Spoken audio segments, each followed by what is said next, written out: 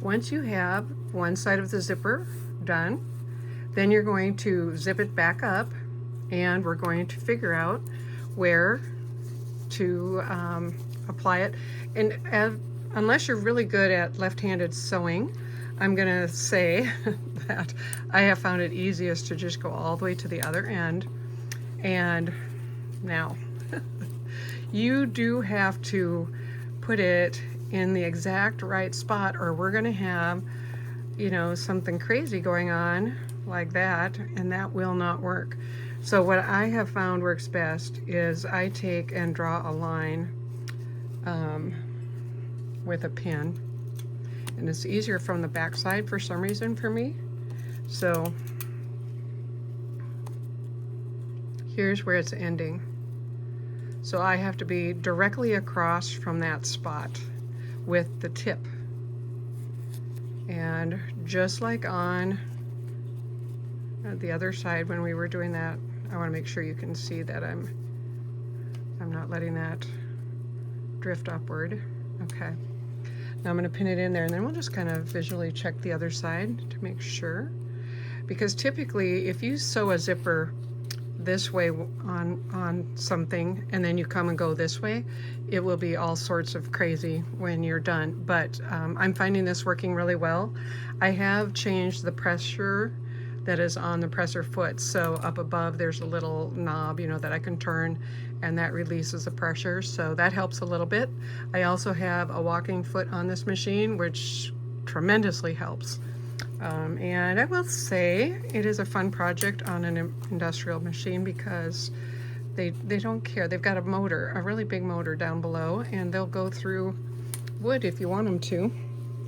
Okay, so were you able to see that? They are perfectly horizontal.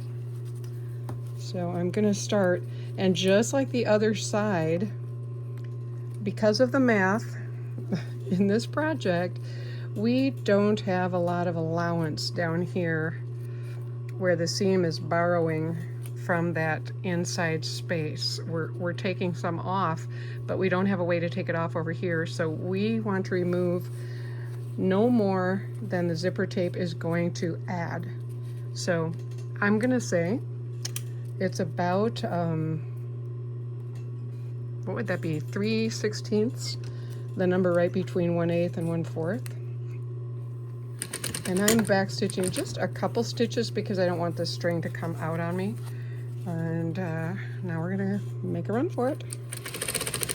I will say this particular decorator fabric is stretchy, so I've been very careful not to stretch it out of shape. But you'll see, you know, as I go around that corner, this is the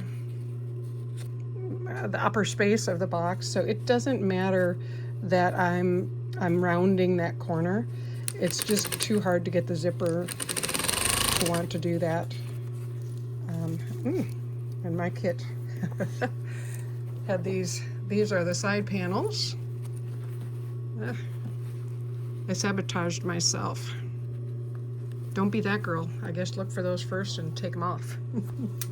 All right, they're out of harm's way. I have to straighten my project back out, and off we go.